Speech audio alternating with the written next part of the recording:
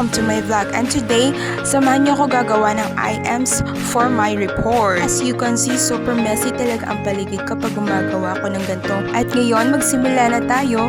At ngayon nga ay kinukulayan ko na pagkatapos kong maiguhit. At nag-search pa nga ako ng mga title designs at ito yung isa sa napili ko. And kahit simple lang, at least may magawa man lang akong title design. At ito na nga, malapit ko nang matapos na kulayan ang aking title design. Hello guys! At postpone muna natin ngayon yung paggawa natin ng items kasi pupunta kami doon sa farm na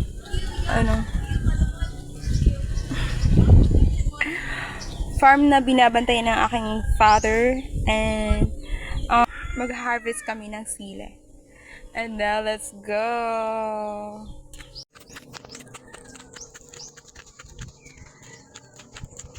At ito ang garden na binabantayan ng father ko is medyo malayo-layo nga. Kaya tiis, pagod, and then, sige, lakad-lakad lang muna. At yun nga si mama, may ginawang kung ano-ano lang. Continue na tayo mga palangga sa paglalakad. Sumama nga rin ang aking aso na si Pamper, my only fur baby. As you can see, medyo masukal talaga yung daan, pero go lang. At sa aming paglalakad nga ay may nakita kong baby mango. Medyo marami-rami na nga rin sila.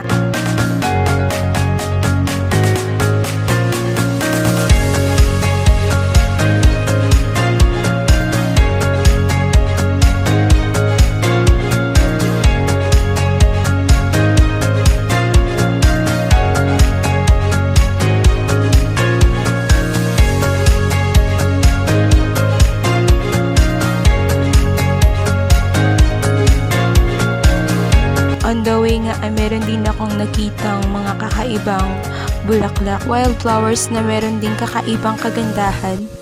Lakad na naman. At dito nga ay meron din akong nakita pang isa.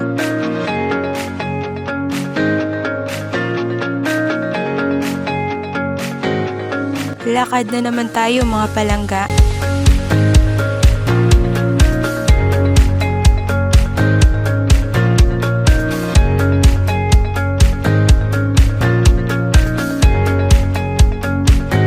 Dito nga aking younger sister ay nag-video din. Naisipan ko ngang mag-vlog kasi para hindi naman ako ma-bored.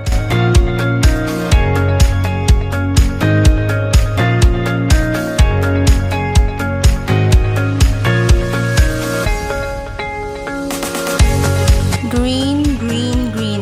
Ang paligid ay sobrang green. Nature is life mga palangga.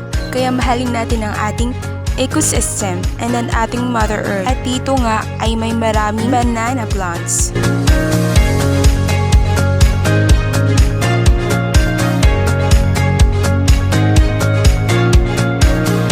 At meron ding kakpet.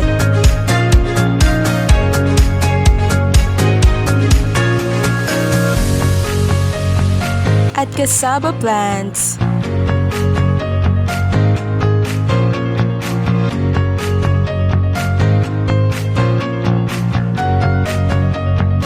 At ito na nga mga palangga, papasok na tayo.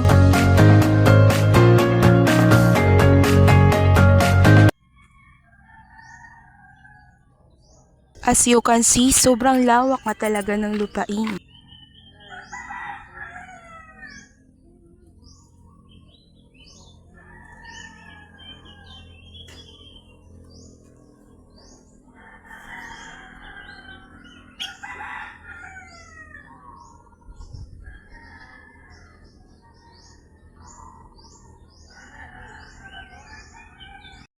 Of course, meron tayong pepper.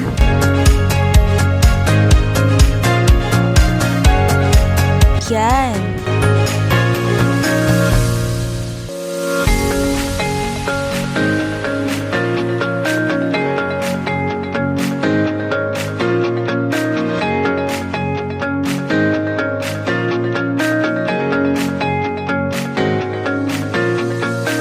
At ito naman ng chili garden. Chili everywhere!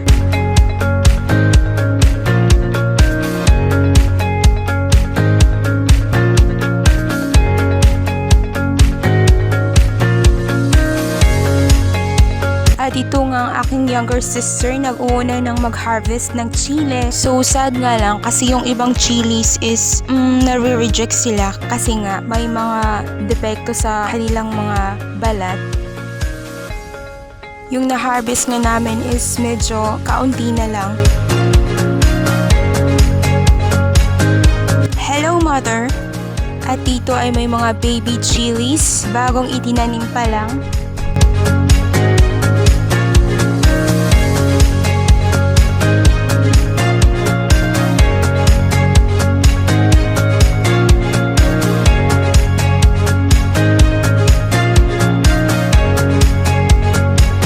At ito nga'y sitaw, tuturuan ka kung paano bumitaw. Charot lang!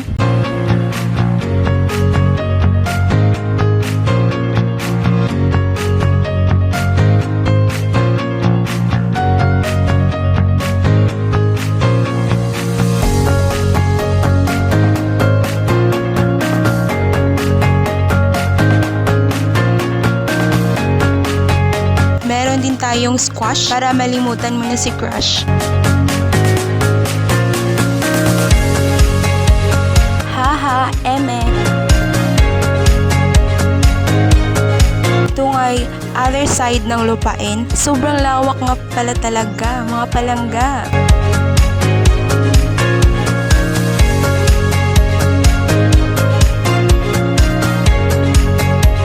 At ito nga ang aking younger sister na sobrang ganda. Napa-vlog din katulad ko.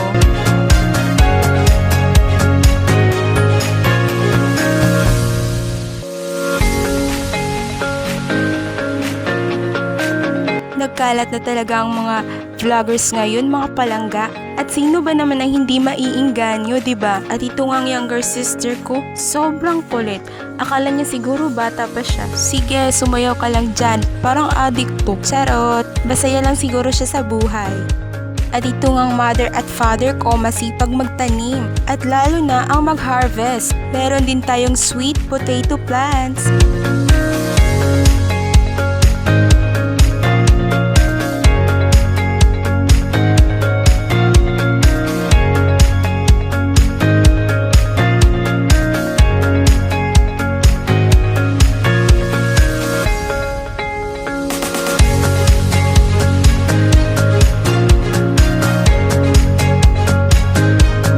Meron din tayong talong, pangpatangos ng ilong.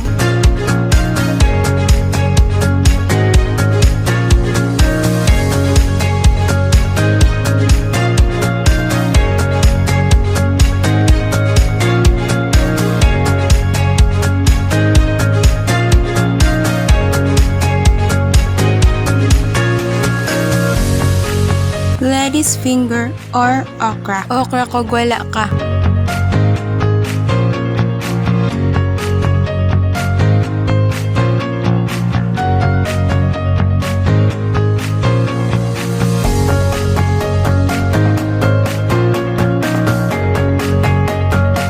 Na tayo mga palangga.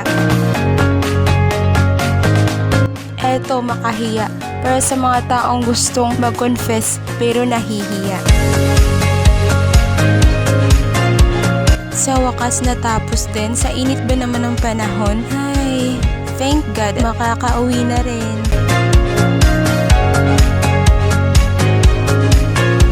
Habang papauwi nga ay namitas na rin kami ng bayabas para maibsan ang gutom. Buti nga at Saturday ngayon marami kaming free time.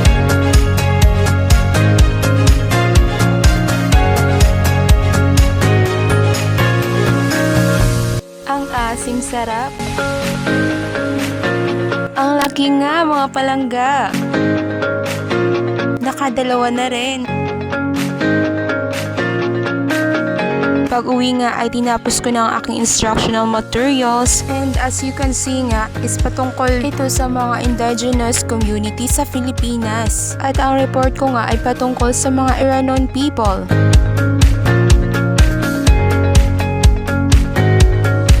simulan na natin ang pagsusulat.